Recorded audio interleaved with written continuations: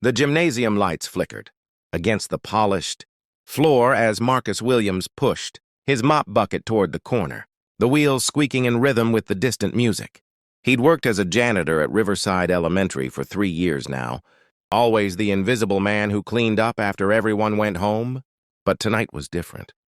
Tonight was the father-daughter dance, and he'd stayed late to ensure everything was perfect, for the families celebrating inside. Through the propped-open door, he could hear laughter, the DJ's voice, and the shuffling of small feet on the dance floor.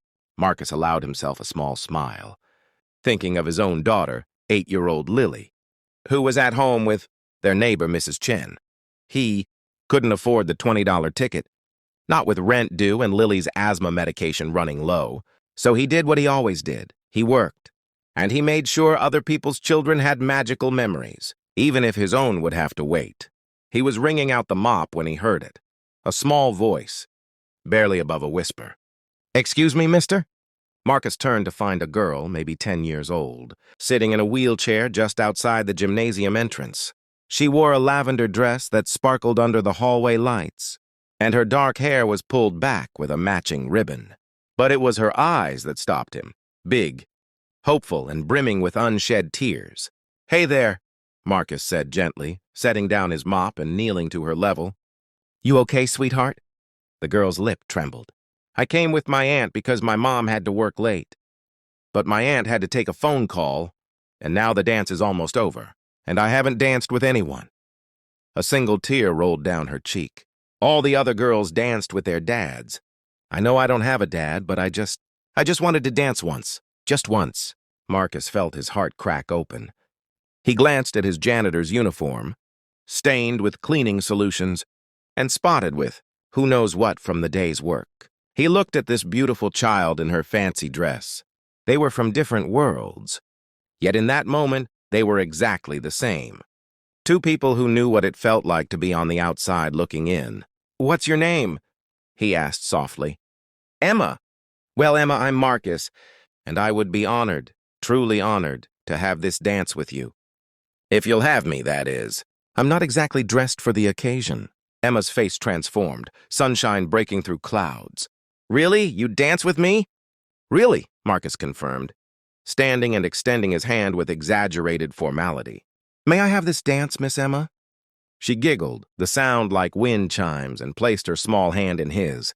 Marcus carefully pushed her wheelchair into the gymnasium, aware of the stares from well-dressed fathers and mothers. He felt their judgment like pinpricks against his skin. The janitor, intruding on their special night. But then he looked down at Emma, beaming up at him, and nothing else mattered. The DJ, a college kid named Tyler, who always said hello to Marcus during setup, caught his eye and nodded.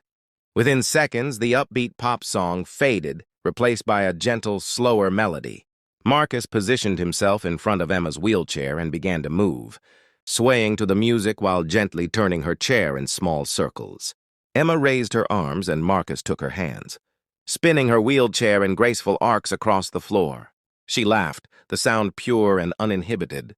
And Marcus found himself laughing too, forgetting about the stares, the judgment, everything except this moment. "You're a good dancer," Emma said. "Learned from the best. My daughter, Lily. She stands on my feet and we dance around our kitchen. It's nothing fancy, but it makes her happy." "You have a daughter? Why isn't she here?" Marcus hesitated, then decided on honesty. "Money's tight right now, but we have our own dances at home and those are pretty special too." Emma nodded solemnly, understanding beyond her years in her eyes. "My mom works a lot too. She's building something important, schools, and libraries for kids who don't have them. That's why she couldn't come tonight. But she'd like you. You have a kind face." What Marcus didn't see was the woman who had entered the gymnasium moments earlier, standing in the shadows near the entrance. Catherine Morrison, CEO of Morrison Global Philanthropy, had raced from her emergency board meeting the moment her sister texted that Emma was upset. Still wearing her business suit, her heart in her throat, Catherine had prepared herself to comfort her daughter, to apologize for missing yet another important moment. Instead, she found herself frozen. Watching a janitor, she could tell by his uniform and the cleaning cart, abandoned near the door, dancing with her daughter as if she were the most important. person in the world. The way he listened when Emma spoke, the genuine smile on his face, the careful attention he paid to making sure each spin was smooth and wouldn't jostle. This stranger was giving her daughter something Catherine, for all her wealth and power, had failed to provide tonight. Catherine felt tears sting her eyes as she watched Emma's face, radiant with joy. Her daughter, who'd endured 7 surgeries before her 5th birthday, who faced each day with courage Catherine could barely fathom, who asked for so little and gave so much, Emma was dancing. And she was happy. The song ended, and Marcus bowed formally. "Thank you for the dance. Miss Emma, you made an old janitor's night pretty special." "You're not old," Emma protested, laughing. "And thank you. This was the best dance ever." "Emma!" Catherine finally found her voice and rushed forward, unable to hold back any longer. "Mom!" Emma's face lit up even more, if that was possible. "Mom, you made it. And I danced! Marcus danced with me, and it was perfect." Catherine knelt beside her daughter's wheelchair, hugging her tightly before looking up at the man who'd given her daughter this gift. Up close, she could see the kindness in his eyes, the lines of exhaustion around them that spoke of hard work and harder times. "Thank you," she said, her voice thick with emotion. "You have no idea what this means." Marcus shifted uncomfortably, suddenly aware again of his stained uniform and cleaning supplies. "No thanks needed, ma'am. It was my pleasure. Emma's a special young lady." He started to back away. "I should let you two enjoy the rest of the evening." "Wait," Catherine said, standing. "Please, I'm Catherine Morrison, and I'd like to know your name." "Marcus Williams, ma'am. I'm the night janitor here." Catherine's mind was already racing, pieces clicking together. The daughter he'd mentioned, the comment about money being tight, the quality of his character evident in a simple act of kindness. "Marcus, do you have a moment to talk? After the dance ends?" Marcus hesitated, then nodded. "I've got time. I'm here till midnight anyway, cleaning up." 30 minutes later, after the last families had left and Emma was chatting with her aunt in the hallway, Catherine found Marcus in the supply closet restocking his cart. "Marcus, I want to offer you something, and I need you to hear me out before you refuse." He turned, wary. "Ma'am, if this is about what happened, it's Catherine, please. And yes, it's about what happened, but not in the way you think." She took a breath. "I run a foundation that builds educational facilities and support programs for underserved communities. I'm always looking for good people, truly good people, to help run our community outreach programs. People who understand what it means to struggle, to sacrifice, to show kindness when no one's watching." Marcus stared at her. "I don't understand."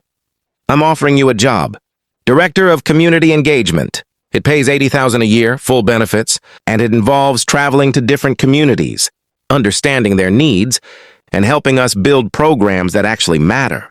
You'd be perfect for it." "Ma'am, Catherine, I'm a janitor. I didn't even finish college. I clean floors. You saw my daughter, a child you'd never met, in distress, and you didn't hesitate. You didn't see her disability or her fancy dress or wonder if it was appropriate. You saw a child who needed kindness and you gave it freely. That's not something I can teach. And it's exactly what this position needs." She paused. "I watched you dance with her. You listened to her. You made her feel seen. Do you know how rare that is?" Marcus felt his throat tighten. "I have a daughter. I'd want someone to do the same for her." "Exactly. So let someone do something for you, for both your daughters. Let me give you this chance." Catherine pulled out a business card and pressed it into his hand. "Think about it. Call me Monday. We'll talk details, meet the team, and if it's not the right fit, no hard feelings. But Marcus, give yourself the same kindness you gave Emma tonight. Let yourself be helped." Marcus looked down at the card, then back at this remarkable woman who'd built an empire on helping others. "Why," he whispered, "you don't know me. I know enough. I know you're the kind of person who stays late to make sure a school dance is perfect for children who aren't yours. I know you're raising a daughter on your own and still find joy in dancing in your kitchen. I know you saw my Emma, really saw her, and that's everything. That was 6 months ago." Now, Marcus Williams sits in his new office at Morrison Global Philanthropy, a photo of Lily on his desk next to one of him and Emma at the grand opening of a new library in South Chicago. the library that he helped plan, that Emma helped design. The children's section has wheelchair-accessible everything, and that serves 1,000 kids who desperately needed it. Lily attends a private school on a scholarship Catherine arranged, her asthma well controlled with the health care his new job provides. And every Friday, Marcus and Emma have dance practice in the Foundation's break room, preparing for the father-daughter dance they'll attend together this spring because Emma asked if Marcus would be her dad for the day, and Catherine cried when he said yes. Last week, a reporter asked Marcus what changed his life. He could have said the job, the money, the opportunities. Instead, he said, "A little girl who taught me that sometimes the biggest moments come from the smallest acts of kindness, and a mother who reminded me that good people are worth investing in." He still mops his own office floor sometimes, early in the morning before anyone arrives. It keeps him grounded, reminds him where he came from, and honors the truth he's learned. That dignity isn't found in job titles or bank accounts, but in how we treat each other when nobody's watching, except sometimes someone is watching. And sometimes that changes everything.